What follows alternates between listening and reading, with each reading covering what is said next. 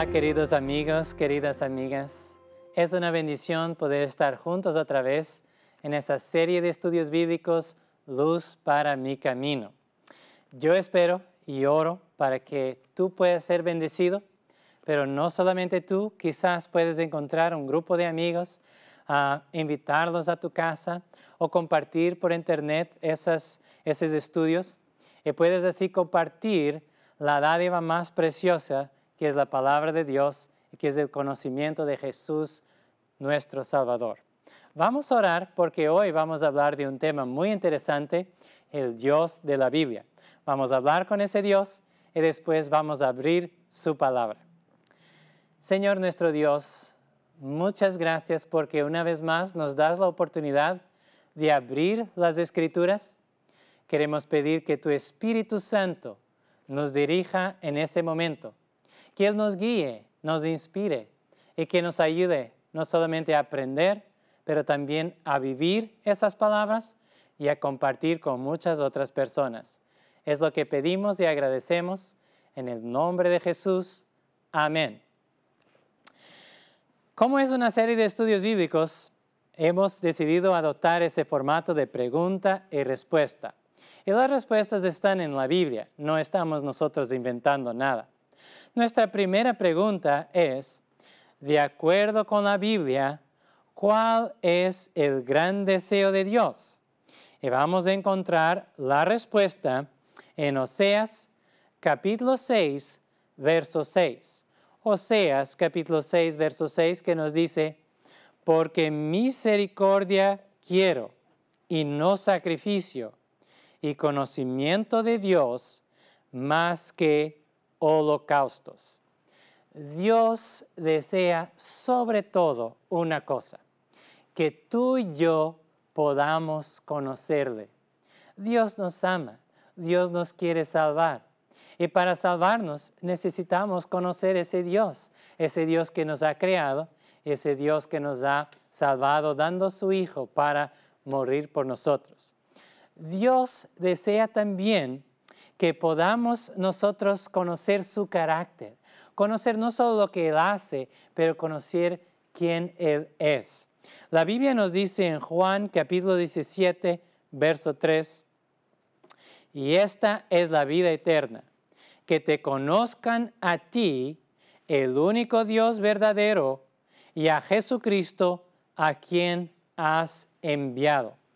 Cuando estudiamos la Biblia, nosotros podemos conocer ese Dios de la Biblia. Y es a través de ese conocimiento que podemos alcanzar la vida eterna. Vamos a estudiar en los próximos temas que la vida eterna es una dádiva de la gracia de Dios, pero esa gracia nos lleva a conocerle más y más. Ese es el gran deseo de Dios, que lo podamos conocer. La próxima pregunta es, ¿cómo nos enseña la Biblia a buscar a Dios? Jeremías capítulo 29, verso 13, nos dice, y me buscaréis y me hallaréis, porque me buscaréis de todo vuestro corazón. En la Biblia, el corazón es como un símbolo de nuestra mente, de nuestro raciocinio, de nuestras facultades mentales y también sí de nuestras emociones. Debemos buscar a Dios con toda nuestra mente, con todo nuestro raciocinio y con todo nuestro corazón. No podemos llegar cerca de la Biblia y llegar cerca de Dios y decir, bueno, quiero ver si tú existes. Quiero ver si ese libro me puede ayudar un poco. No. Hay que buscarle de todo tu corazón. Hay que enfocarte en ese estudio. Hay que desear conocer a Dios más que todo. Hay que pasar más tiempo buscando a Dios que buscando cualquier otra cosa, cualquier otra persona. Es porque muchas personas no lo buscan de todo su corazón que no lo encuentran. Mira, en la Biblia tenemos promesas, pero muchas de esas promesas de Dios tienen condiciones. En esa promesa hay una condición. La promesa es ustedes van a encontrarme, ustedes van a hallarme, yo voy a revelarme a ustedes. Pero primero yo necesito que tú me busques de todo tu corazón. Cuando mi hijo me pide algo, yo puedo comprender si él realmente desea ese algo o no. Y así lo hago yo. Si él me pide una vez, yo sé que posiblemente él no lo desea mucho. Pero él a veces me pide 2 veces, 3 veces, 4 veces, 5 veces, 6 veces. Mi hijo puede ser muy persistente, muy perseverante. Me pide 10 veces. Ahí yo sé, sí, él lo quiere, él lo desea. ¿Cuánto deseas tú conocer a Dios? Hay que buscarle de todo nuestro corazón. La tercera pregunta es, ¿qué debemos hacer cuando sentimos que no conocemos a Dios? Pues Jeremías capítulo 33, verso 3 nos dice, clama a mí, yo te responderé, y te enseñaré cosas grandes y ocultas que tú no conoces. Dios quiere que tú clames a Él y que tú le busques. Y Él promete revelarte cosas grandes y ocultas que tú no conoces. Si sientes que no conoces a Dios, puedes ser sincero. Si sientes que no puedes creer en Dios, puedes ser sincero. Yo lo he hecho en mi adolescencia. Un día he preguntado a Dios, Señor, ¿estás realmente ahí? Yo quiero creer en ti, pero no puedo. Siento que mi fe no alcanza, que mi fe no está. Y en ese momento Dios se ha revelado. Si tú sientes que no conoces a Dios, sientes que no puedes creer en Dios, pues sé sincero. Búscale con sinceridad, con honestidad y dile, Señor, ¿estás ahí? Señor, si estás, yo quiero buscarte de todo mi corazón. Muéstrate, revélate a mí, clama a mí, yo te responderé, dice Dios. Pero también en Santiago, capítulo 1, versos 5 y 6, tenemos las palabras, y si alguno de vosotros tiene falta de sabiduría, pídala a Dios, el cual da a todos abundantemente y sin reproche, y le será dada. Pero pida con fe, no dudando nada. No dudes cuando te acercas a Dios. Intenta creer. Haz un esfuerzo por confiar que Él te está escuchando. La Biblia dice, si tenemos falta de sabiduría, podemos pedirla a Dios. Podemos decir, Señor, yo necesito sabiduría espiritual sobre todo. Necesito que tú me enseñes sobre ti. Yo quiero conocerte, quiero conocer tu voluntad para mi vida. Y Dios va a contestar esa oración si tú la haces con fe. La próxima pregunta es, ¿cuántos dioses existen? Y en Efesios 4, verso 6, está escrito, un solo Dios y Padre de todos, el cual es sobre todos y por todos y en todos. La Biblia es muy clara. Hay un solo Dios. Hay personas de otras religiones que acusan a los cristianos de creer en varios dioses porque decimos que Dios es Padre, Hijo y el Espíritu Santo. Pero en realidad nosotros somos monoteístas. Creemos que hay un solo Dios. La palabra para Dios, una de las palabras para Dios en el hebreo de la Biblia, del Antiguo Testamento, Elohim, es una palabra plural. Porque Dios es uno solo. Hay solo uno Dios, pero ese Dios son varias personas. Y eso nos lleva a la siguiente pregunta. De acuerdo con las Escrituras, ¿quiénes son las 3 personas divinas que hacen parte de ese único Dios? Dios es un ser único, es un ser solamente, pero ese Dios tiene 3 personas. Nos dice en Mateo 28, 19, por tanto, id y haced discípulos en todas las naciones, bautizándolos en el nombre del Padre y del Hijo y del Espíritu Santo. Dios nos ama con un amor muy, muy grande. Él quiere que compartamos el Evangelio con todos. Pero cuando enseñamos las verdades de la Biblia, hay que enseñar esa verdad, que Dios son tres personas, el Padre, el Hijo y el Espíritu Santo.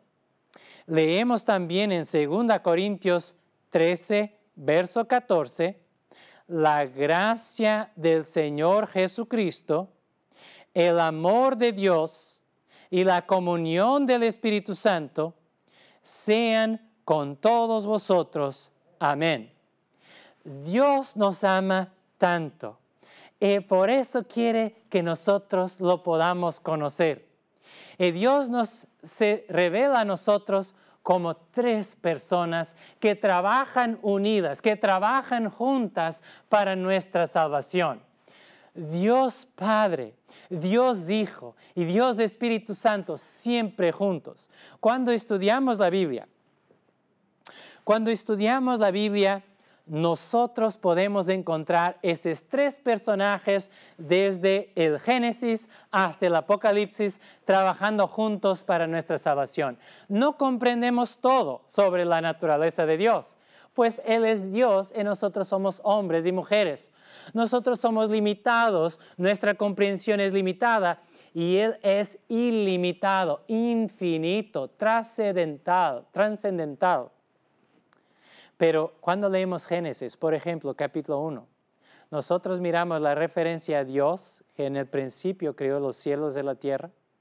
En el verso 1, el verso Dios dice que el Espíritu de Dios estaba ahí, porque hace una distinción entre Dios y Espíritu de Dios. Juan capítulo 1, en el verso 1, nos habla del Verbo eterno, que estaba con el Padre, con Dios, durante toda la eternidad. El Logos, la palabra que estaba con Dios desde el principio. Él ahí estaba y todas las cosas fueron hechas por medio de Él. Él es llamado la palabra, Cristo Jesús, que ha encarnado por nosotros. Estaban los tres juntos en la creación. Estaban los tres juntos también cuando Dios ha encarnado en un ser humano, la segunda persona de Dios, Jesucristo, Dios Hijo, ha encarnado como un ser humano. El ángel Gabriel ha venido a María y en Lucas, nosotros leemos en el Evangelio de Lucas que el ángel Gabriel le dijo que Dios el Altísimo iba a descender sobre ella, que el Espíritu Santo iba a conceber Cristo Jesús en su vientre y que ese ser precioso que saldría de su vientre sería llamado el Hijo de Dios. Los tres juntos en la encarnación, Dios Altísimo, el Padre, el Espíritu Santo y ese ser santo, nuestro Salvador, el Hijo de Dios. Cuando Cristo fue resucitado, el apóstol Pablo nos dice en muchas de sus epístolas que el Padre resucitó a Cristo. Pero también la Biblia nos dice en el Evangelio de Juan que Jesús ha dicho a sus discípulos que Él tenía el poder de dar su vida y de tomarla otra vez. Cristo resucitó por el poder del Padre, sí, pero también por su propia divinidad. Pero la Biblia nos dice aún, en el libro de Romanos, nos da a entender el apóstol Pablo que el Espíritu de Dios vivificó el cuerpo de Jesús. Los tres estaban unidos, juntos, trabajando por nuestra salvación. Dios es Padre, Hijo y Espíritu Santo. Dios es un Dios único, un solo Dios, pero tres personas hacen parte de ese Dios. Y nuestra próxima pregunta es la siguiente. ¿Cuál es la característica común más poderosa en estas tres personas? Pues Juan 3:16 nos dice, porque de tal manera amó Dios al mundo. Y claro, está hablando de Dios Padre, porque dice, que ha dado a su Hijo unigénito, para que todo aquel que en Él cree no se pierda, mas tenga vida eterna. Dios Padre nos ama. Eso nos garantiza ese texto de Juan 3:16. Pero vamos al texto siguiente, aún contestando esa pregunta, Gálatas 2:20. El apóstol Pablo escribió, inspirado por Dios, con Cristo estoy juntamente crucificado. Y ya no vivo yo, mas Cristo vive en mí. Y lo que ahora vivo en la carne, lo vivo en la fe del Hijo de Dios, el cual me amó y se entregó a sí mismo por mí. Mira, Dios nos dice que Jesús nos amó tanto que se entregó a Él mismo por nosotros, por cada uno de nosotros. El apóstol Pablo tenía esa fe salvadora en un Salvador personal. Él decía, Cristo me amó. Él se ha entregado a sí mismo por mí. Amigo, vamos a estudiar en los próximos temas que esa es la verdad que realmente nos salva. Creer que Jesús, que ama a todo el mundo, que ama a cada ser humano, te ama a ti como a nadie más. Amaba el apóstol Pablo, que persiguió su iglesia, pero te ama a ti también y me ama a mí. Jesús es un Salvador personal. Dios Padre nos ha amado. Y porque nos ha amado, ha dado a su Hijo para que Él pudiera ser nuestro Salvador. Pero Dios Hijo nos ha amado también. Voluntariamente nos dice el libro de Hebreos que voluntariamente Jesús dio su vida por nosotros, porque Jesús nos ama. Él nos ama con todo su corazón y por eso dio toda su sangre para salvarnos. Pero la Biblia dice también en Romanos 5, verso 5, porque el amor de Dios ha sido derramado en nuestros corazones por el Espíritu Santo que nos fue dado. Y en Romanos 15, verso 30 dice, pero os ruego, hermanos, por nuestro Señor Jesucristo y por el amor del Espíritu, que me ayudéis orando por mí a Dios. ¡Wow! El apóstol Pablo habla del amor del Espíritu. Una fuerza, una influencia, algo que no es personal, no puede amarnos. El Espíritu Santo también nos ama.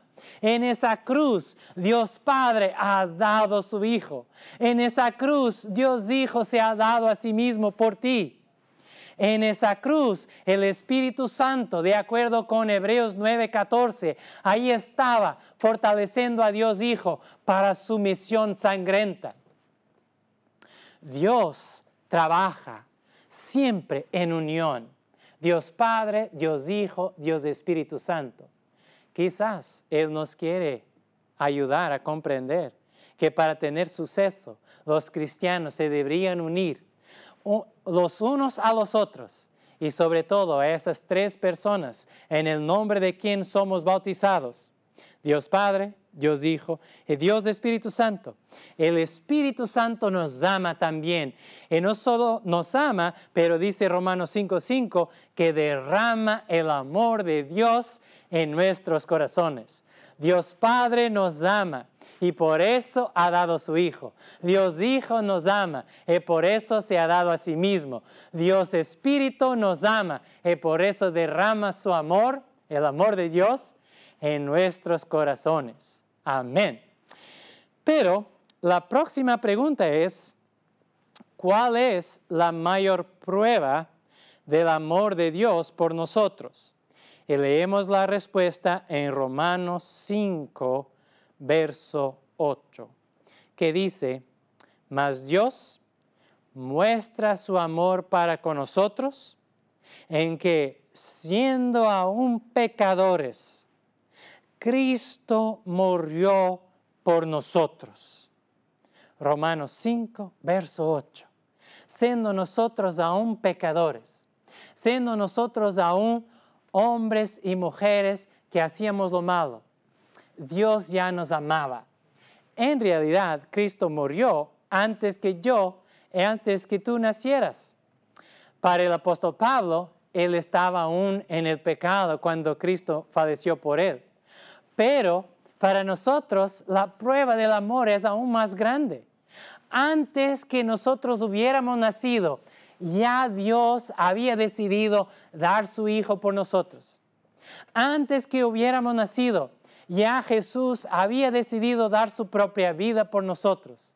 Jesús sufrió por todos tus pecados y mis pecados antes que nosotros naciéramos. Y eso es la más grande prueba del amor de Dios para ti y para mí. Ese amor de Dios para con nosotros es tan grande. Primera Juan capítulo 4 verso 10. Juan era el apóstol del amor, el que vivió más del amor de Jesús, el que absorbió ese amor de una manera tan grande que escribía de ese amor en todos sus escritos. De sí, aún en Apocalipsis, habla del amor de Dios. Y en 1 Juan 4:10 dice, en esto consiste el amor.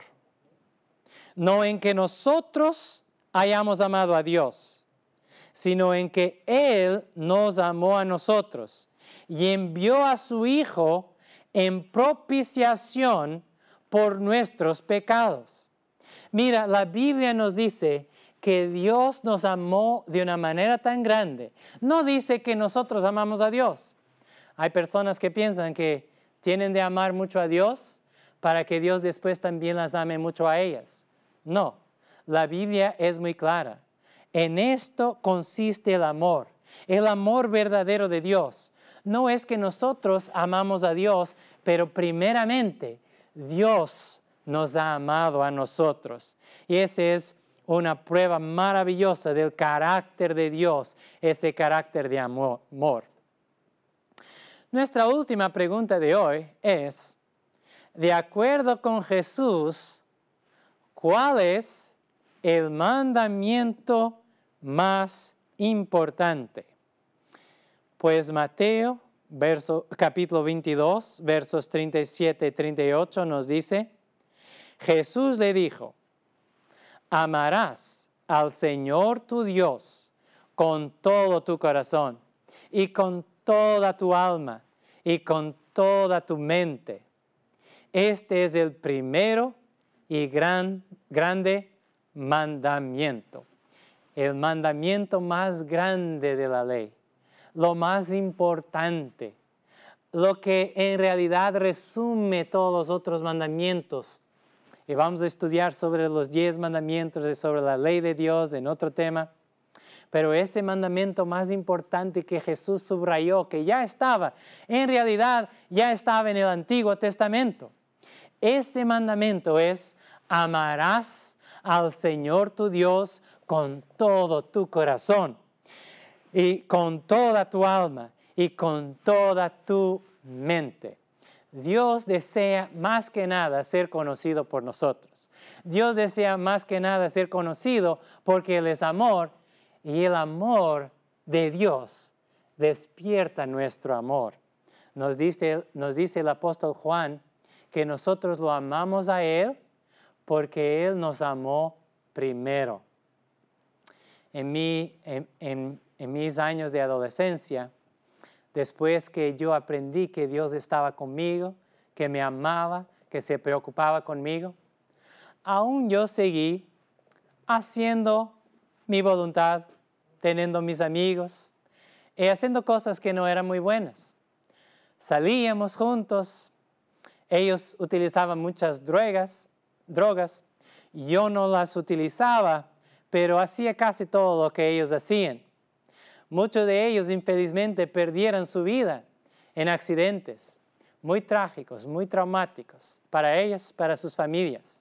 Algunos se quedaron en un hospital sin poder caminar. Tenían sus huesos quebrantados, partidos. Y Dios con su misericordia siempre me protegió.